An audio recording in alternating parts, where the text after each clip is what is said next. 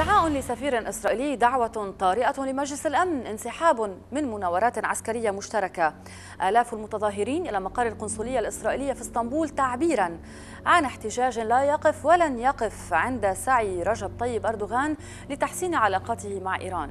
إنها الصفحة الموجعة لإسرائيل، هذه هي تركيا. فنشاهد معا ما يقوله بالتفصيل سفير تركيا في مصر السيد حسين بوتسلي، الذي نشكره على استضافته لنا في منزله في القاهرة، وهو في الأساس قصر الأميرة قسمة. فلنشاهد معا.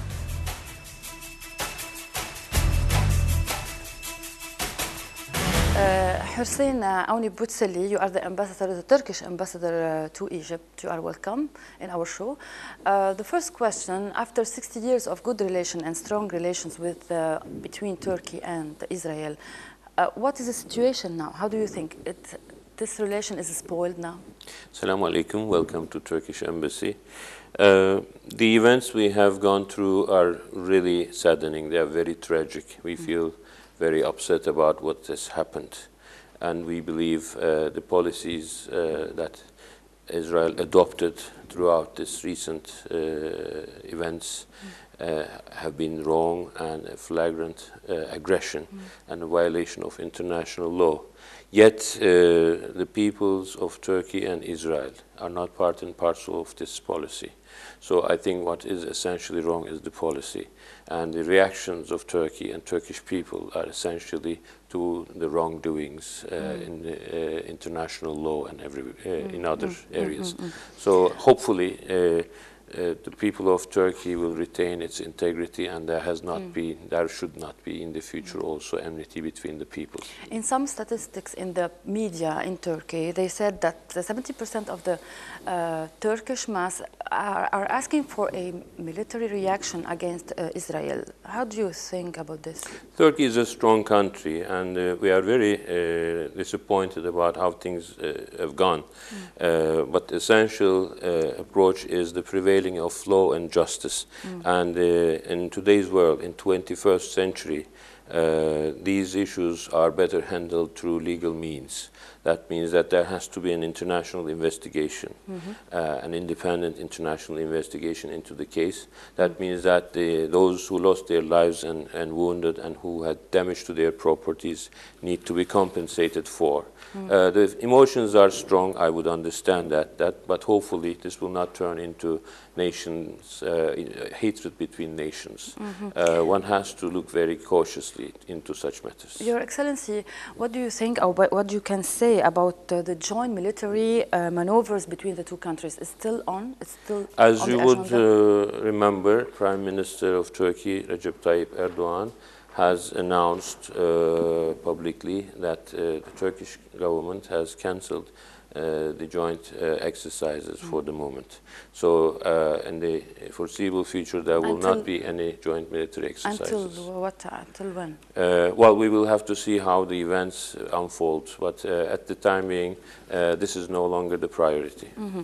Mr. Recep Tayyip Erdogan, Turkish Prime Minister, said that his patience, or the Turkish patience, has been exhausted. What does it mean? What is the next step? First of all, that shows the resolve of Turkey, Turkish leadership and Turkish people, and our expectation for a fair handling of this matter. That means that not rhetorically, but substance of the matter has to be addressed. Now, the majority of the detained people have been released. We have the bodies of our martyrs returned.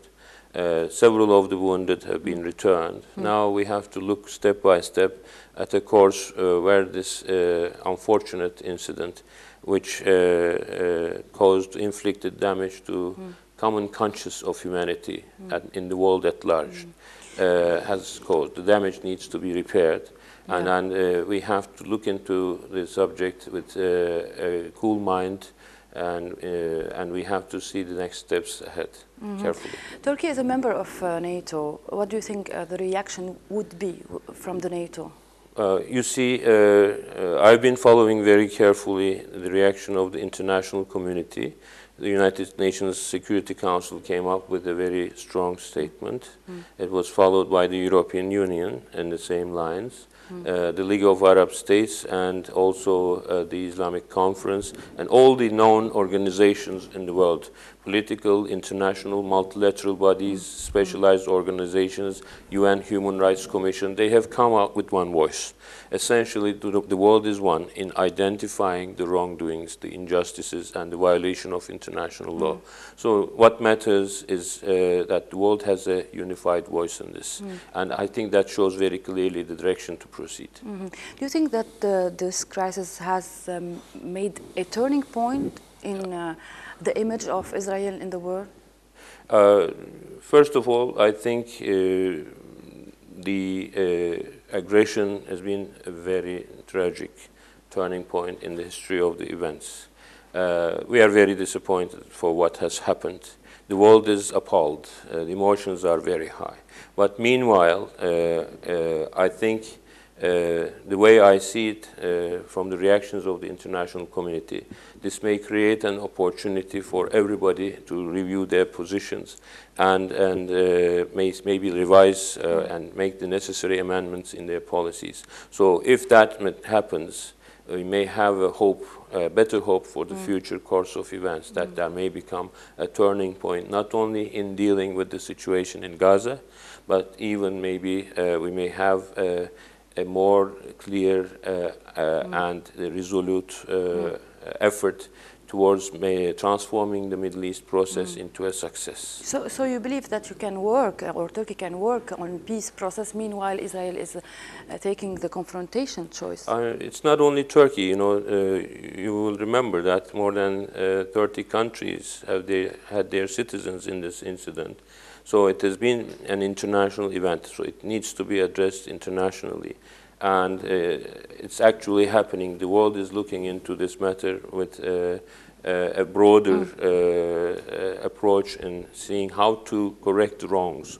So maybe this will give an opportunity to peace. I do hope.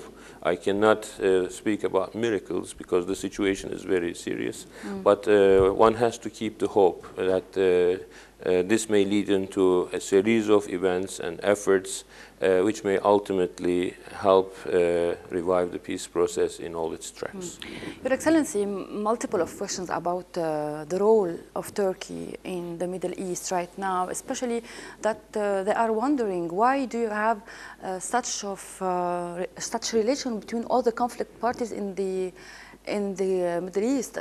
What is this contradiction? I'm very proud to tell you, first of all, that you know, Turkey has gone through peaceful development throughout the last almost 90 years. The events of the last century have been very bitter, and you know, a new Turkey was born, and we were very busy putting our house in order. Now we have a functioning democracy, a multi-party system. Governments come and go with ballots, and we have, I would say, although Turkey does not have rich energy resources, yet all the sectors, the industry, services, and the trade is booming. So we have a dynamic economy, a young population.